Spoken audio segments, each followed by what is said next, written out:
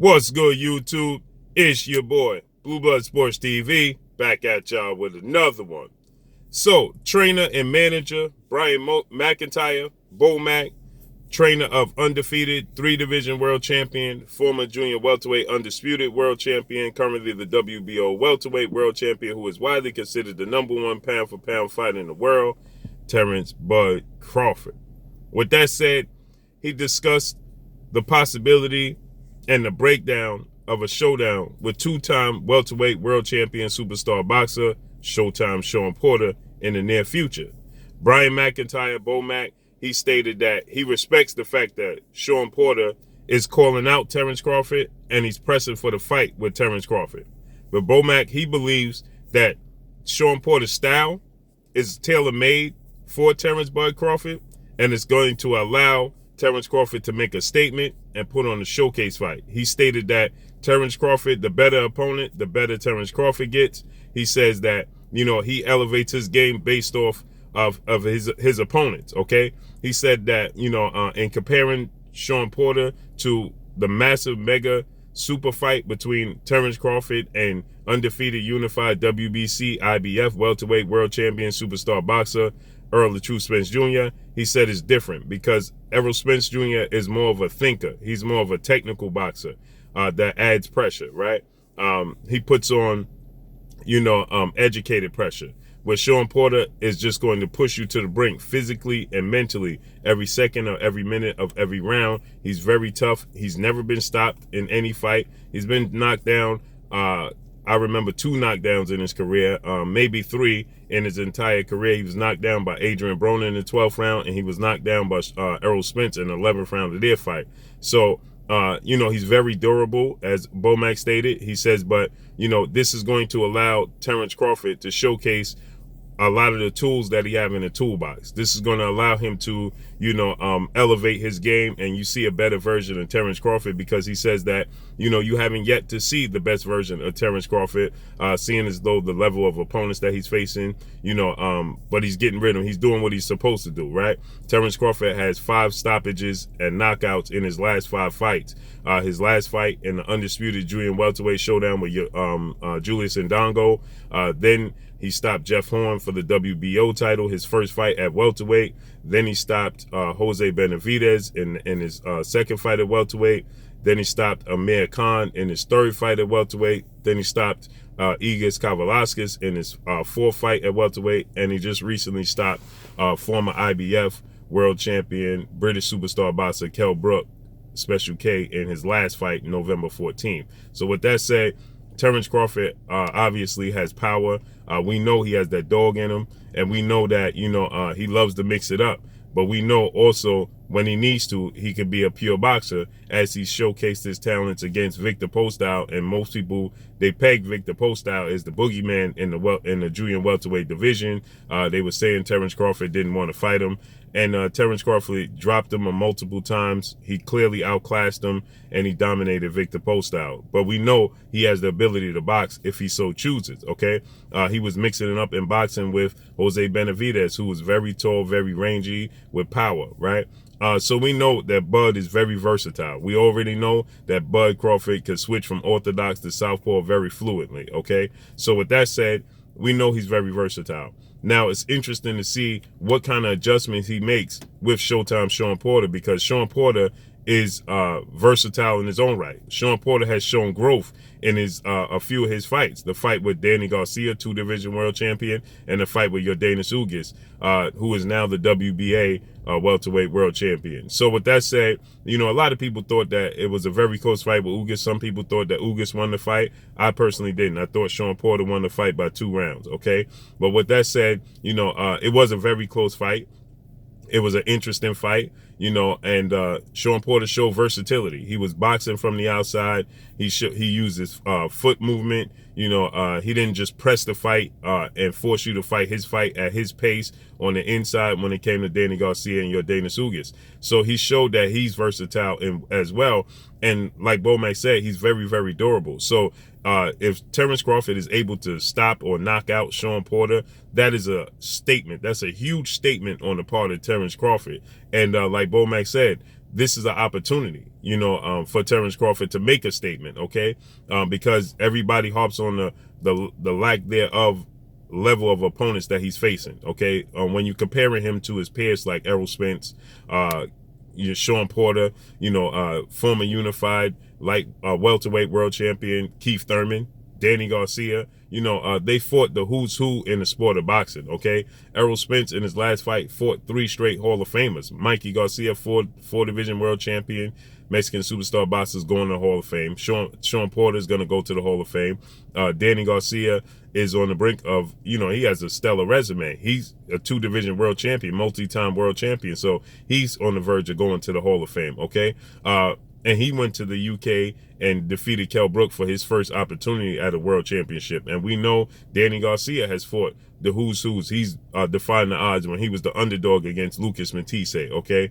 Shawn Porter, defeating Danny Garcia, defeating your Dana Sugas, defeating Adrian Broner, defeating Paulie Malignaggi, Andre Berto, Devin Alexander. Okay, so the list goes on and on with Shawn Porter, as well as Keith Thurman. He defeated Shawn Porter. He defeated Danny Garcia. You understand? He had a very close fight with 8th division world champion, legendary, iconic Filipino superstar boxer Manny Pacquiao. He came up short, but he closed the gap. It looked like he was on the verge of being dominated, and then he closed the gap in the second half of the fight, and Manny Pacquiao got a split decision victory over, Keith Thurman. So he closed the gap. He was able to, showcase his talent. So, when they look at the last 5 fights with Terence Crawford compared to their fights, and the level of opponent, people are hard pressed to say that he's fighting the same level of opponent. Now, he has the talent and the skill set to compete on their level, obviously. That's why he's considered one of the best fighters, if not the best fighter in the world. So it's interesting to see Shawn Porter versus Terence Crawford, because we know that Terence Crawford is going to have to make some adjustments to what he does dealing with Shawn Porter, because Shawn Porter is going to bring it, okay? And you don't know what version of Shawn Porter you're going to get. Is he going to look the box? Is he going to mix it up? Is he just going to pressure you every second or every minute of every round, okay?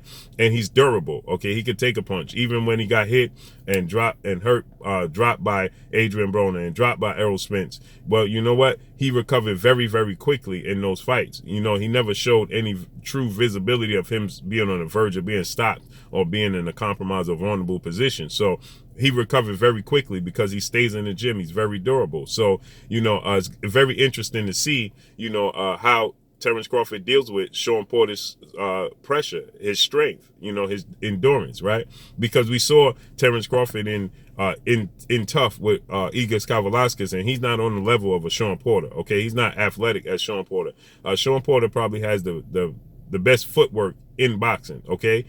Yes, we know he was a football player at one point in time, so his skill set is translating, right? His abilities, his athletic abilities is translating to the sport of boxing. He was turning Errol Spence in spots. He forced Keith Thurman to fight the fight that he wanted to fight, right? Even though, if Shawn Porter had more power, the outcome would be a lot different in his fights. But he doesn't have as much power as his peers, okay?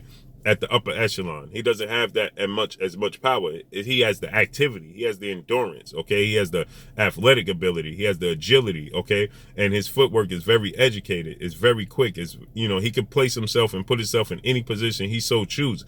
He cuts the ring off on you very well, because there's nobody that he gets in the ring with that has better footwork or quicker feet than he does, okay? And he's very, very strong. He just doesn't pack the power punch, right? And maybe that's because how he delivers his punches, but he makes it a rough and rugged fight every single time. And we've yet to see Terence Crawford in there with a bigger, stronger guy like Shawn Porter.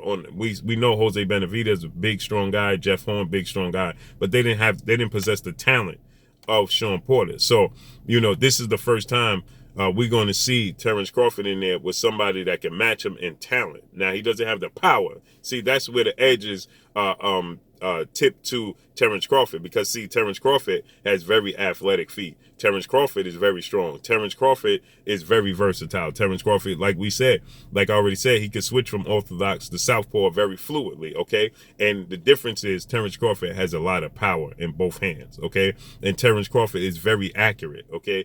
Terence Crawford is very technical. So with that stated, Terence Crawford can hit Shawn Porter with punches Shawn Porter's not going to see coming. Adrian Broner caught him with that hook. He didn't see it coming. Errol Spence caught him with that cross, that left cross. He didn't see it coming, right? And Terence Crawford, I believe, is quicker than Errol Spence and Adrian Broner. And he's more versatile, so meaning that he can deliver punches from angles that Shawn Porter possibly don't see. That's what makes this so intriguing, right? Can he stop Shawn Porter, right? Can Shawn Porter press Terence Crawford to the brink that we see Terence Crawford in a compromised, vulnerable position, right? We saw Egis Kavalauskas, beat him to the punch in the pocket. He was winning the fight in the pocket, but the durability, he couldn't last. He couldn't outlast Terence Crawford's talent, his skill set, his technical abilities, and his power. Now, can Shawn Porter outlast Terence Crawford's skill set, technical abilities, and that power? Can he deal with Terence Crawford's accuracy and the power? Because see, the punch that hurts you the most is the punch you don't see coming. That's the punch that gets you the most. And if Shawn Porter has his head down and comes up too quickly, and Terence Crawford creates just enough space to be able to crack Shawn Porter with a punch he don't see coming, and that guy, Terence Crawford, Bud Crawford, has power in both hands, that could spell disaster for Shawn Porter. But can Terence Crawford land that punch? Is Shawn Porter going to keep his head in his chest enough where he can hide his chin, right? Protect his chin, right? And protect his equilibrium, so where he don't be off. He can't get hit with a punch he don't see coming because he's athletic enough, he's physical enough to stay in that pocket. Can he do that? That's what makes this so intriguing. And I agree with Bomac. This is a showcase fight. This is a statement fight for Terence Crawford. He can show everything he got. He can make a statement with Shawn Porter because Shawn Porter is durable. Shawn Porter, we never seen Shawn Porter in that position. So that would be a huge statement on the part of Terence Crawford. And this would be a huge statement on the part of Shawn Porter if he could be able to beat Terence Crawford for his legacy. That speaks volumes.